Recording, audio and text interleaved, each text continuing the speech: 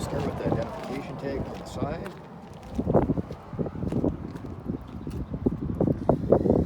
Here you'll find the manufacturer, the date it was manufactured, VIN number, model, tire sizes, pressures, and below that your tire chart, and you have some cargo weights on the yellow one on the bottom.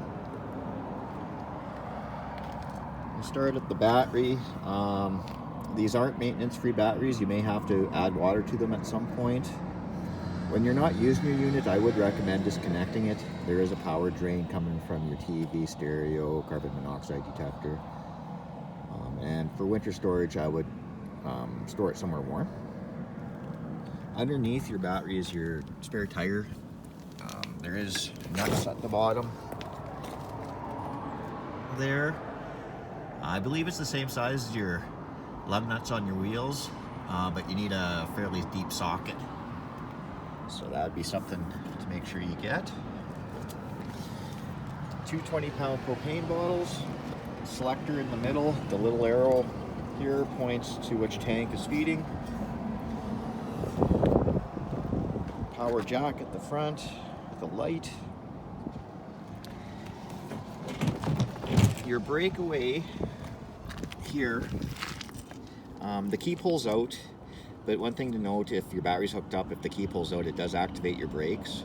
So if it is left out for an extended period of time, it can do damage. So one thing just to note, that stays in.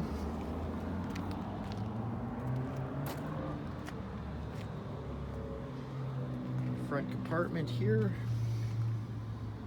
There's a little storage thing up front here. Stabilizer jack. This is your water fill for your inboard tank, and the drain is underneath here. There is a plug for it. It is in the hot water heater. We'll show you that when we get there.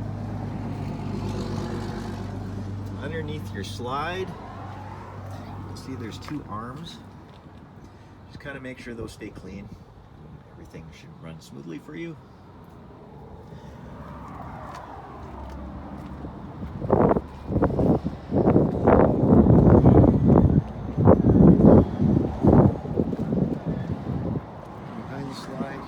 Your connection for your short cord. It is a 30 amp. TV and satellite hookups. And your hot water heater. The 2 plugs here, the black one is for your water, fresh water drain, and the white one is for your plug for here. It is a propane and 110 power. All the controls are on the inside. I'll show you those when we get in there.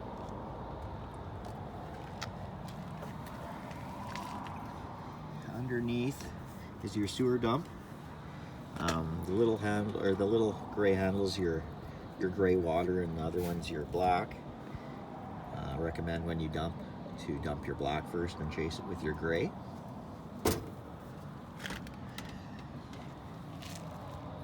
Tie down here, city water connection. If you're at a campsite that has water right at your campsite, you can just run your garden hose to that. This is your black water flush.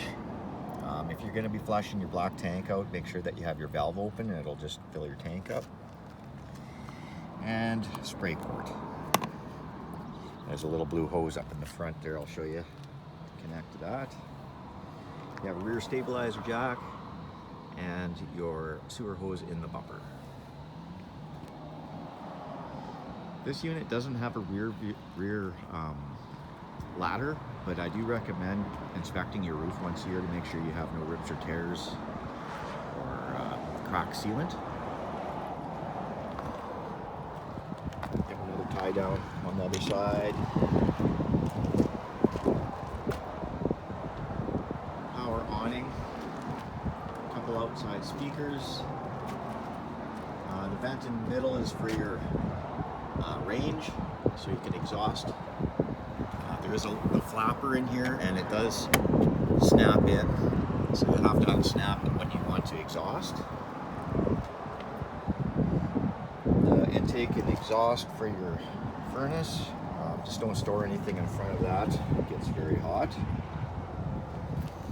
On your wheels, the center cap pulls off, and there is grease nipples to grease your wheel bearings, which I would recommend doing at least once a year.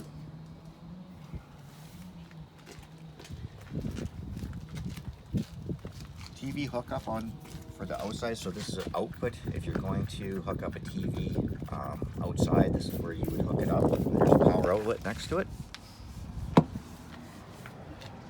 This vent is for your fridge. All the controls are on the inside, so you don't need to go in here. Just one thing, this little hose coming out here for condensation, so you got to make sure that's always sticking out. The outside kitchen, sink, light up top, power outlet, and a 12-volt charge outlet. Bar fridge. You have a gas grill pulls out, and the hose for the propane is already attached to it, so it can be just pulled out the bottom here. And you have underneath is a quick coupler for your propane supply. You can just plug it in there. And one thing to note with these, this grill, this little arm falls down to hold it in place, so you have to lift it up to slide it back in.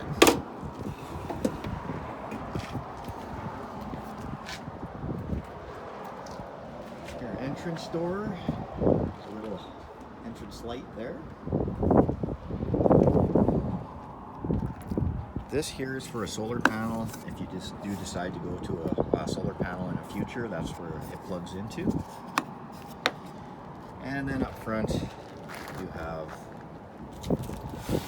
short cord, a crank for your stabilizer jacks, a hose for your spray port, and this is for your slide, which I missed, and we'll just head back that way. Here too, there's this is for your stabilizer jacks if you want to use a drill, and this light switch here turns on your front cap lights here.